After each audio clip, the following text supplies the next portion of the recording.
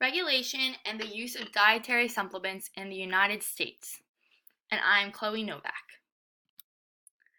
What are dietary supplements? According to the Food and Drug Administration, dietary supplements include vitamins, minerals, herbs, amino acids, and enzymes that come in pills, powders, and potions. They are available online and in convenience stores, supermarkets, and nutrition shops. And they are promoted as having benefits that may sound to be too good to be true, including weight loss, enhanced athletic performance, reduced bad cholesterol, and increased libido. Supplements may also claim to address annoying symptoms such as ringing in the ear, anxiety, insomnia, and arthritis. But dietary supplements are not medicines, and the FDA warns that they are not intended to treat, diagnose, prevent, or cure diseases. I chose this description of dietary supplements provided by the FDA because it explains the vagueness and the broadness of dietary supplements and emphasizes that they are not a food, therefore are not regulated by the FDA as they typically would be.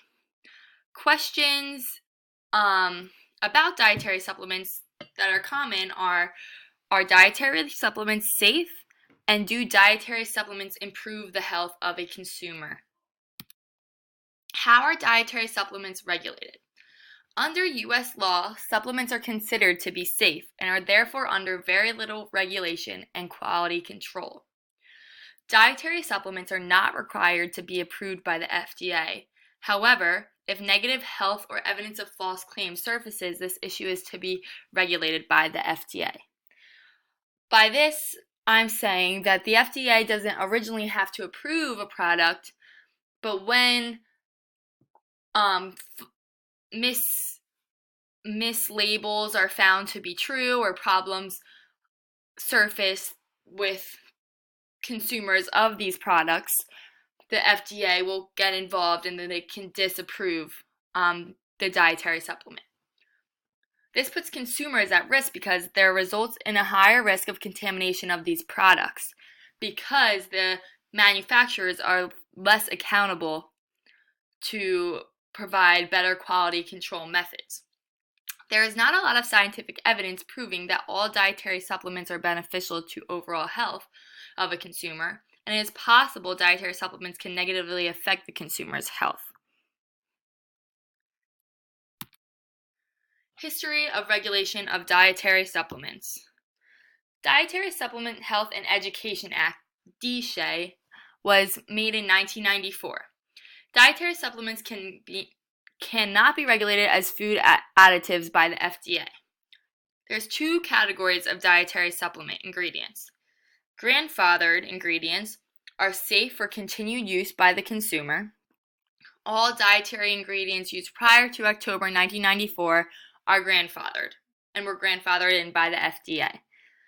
New dietary ingredients must be approved by the FDA. Before putting a new dietary ingredient on the market, a provider must notify the FDA, and this ingredient will only be approved if there is legitimate scientific proof that proves this product to be safe. Introducing this new regulatory scheme created a large economic impact on the dietary supplement industry, resulting in a mass production of thousands of new products. Dietary supplement use in the United States.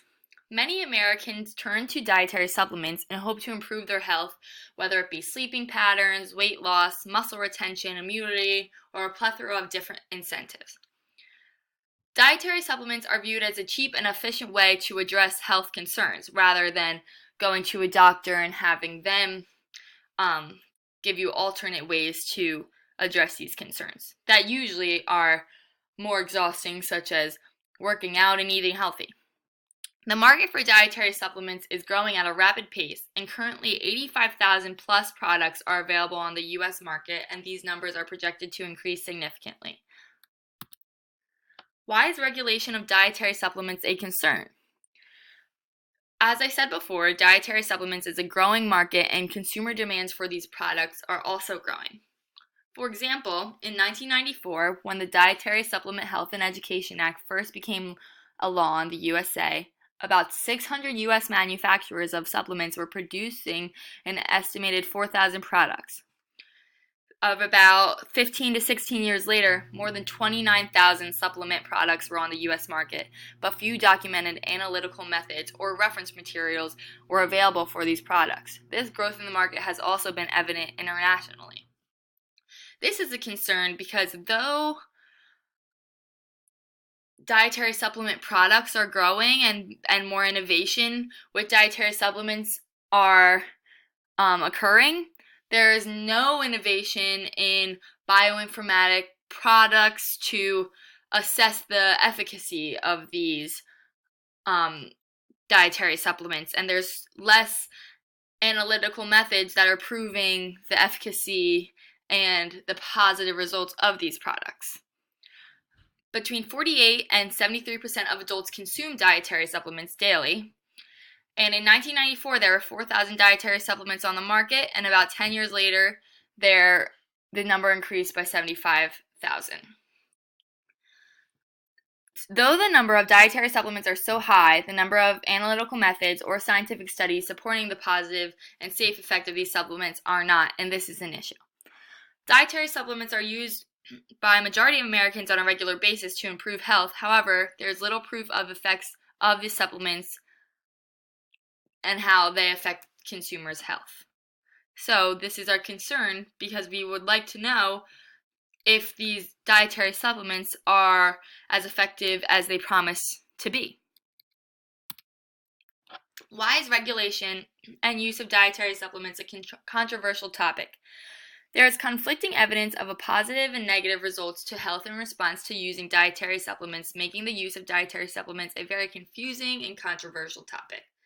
Ultimately, dietary supplements do have the power to be very beneficial to human health, whether it be used as to better your nutrition intake or as a athletic supplement to improve your muscle retention. But lack of regulation of these supplements is what is causing them to be harmful to consumers' health. This causes controversy between dietary supplement supporters and non-supporters because technically there is evidence to support both claims. However, if regulation of dietary supplement is improved, the controversy may come to a close.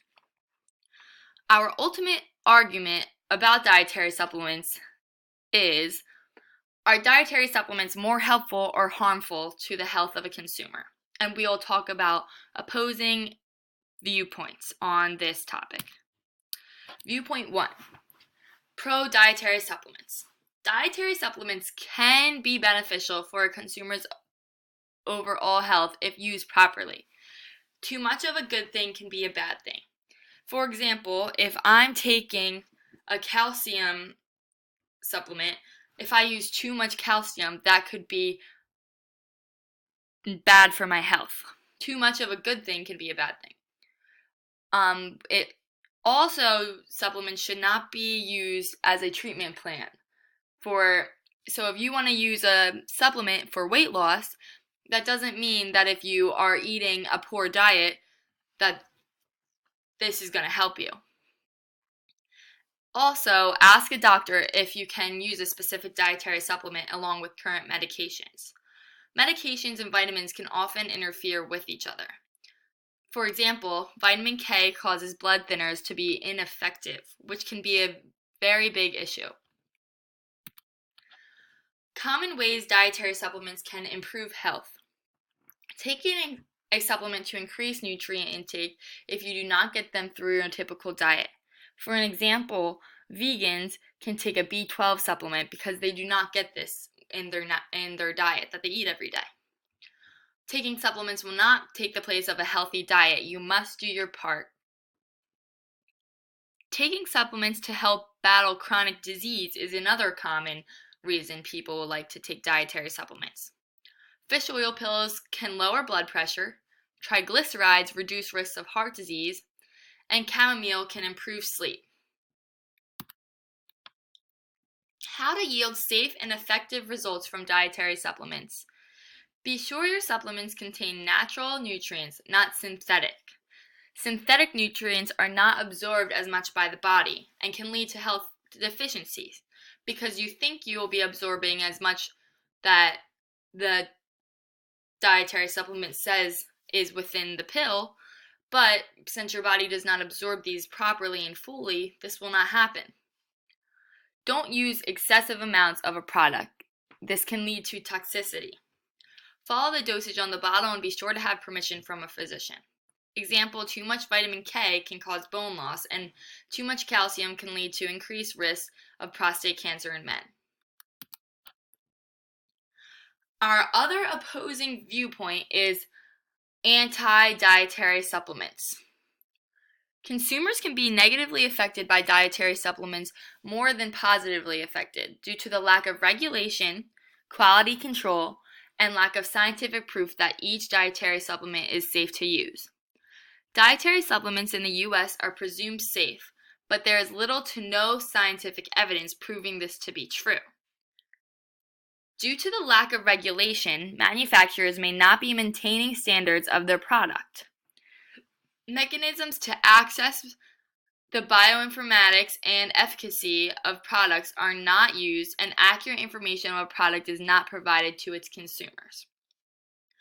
All three of these lack of dietary supplements lacking to have regulation and proper quality control and lacking scientific proof leave a lot of questions of if a dietary supplement is safe or if what they're saying on the bottle is truly what is in these products. How should regulation be improved? Americans want to push for greater regulation of dietary supplements due to their growing demand. The FDA should have the power to approve or disapprove a new dietary supplement product before they enter the market. They should gain a greater power to take unsafe products off the market and to increase overall government regulation in order to ensure that products are not promising false claims. If regulation is improved, manufacturers will be more accountable in improving mechanisms of quality control to provide accurate information of their product to consumers. How do we know the products are effective? Mechanisms of bioinformatics and studies to test product effectiveness need to improve to provide consumers with sufficient information to make informed health decisions before consuming a dietary supplement product. From Dwyer, he shares that concerns about ingredient misidentification, safety concerns, and quality assurance/control problems continue to be important for this industry and the public.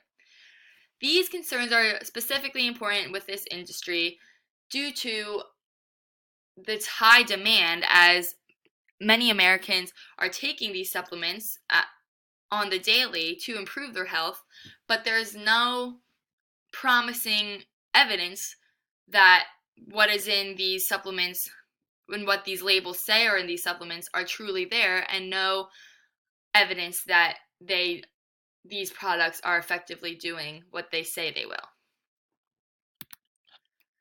Negative health results due to dietary supplements. New ingredients are not regulated and may have an unknown effect.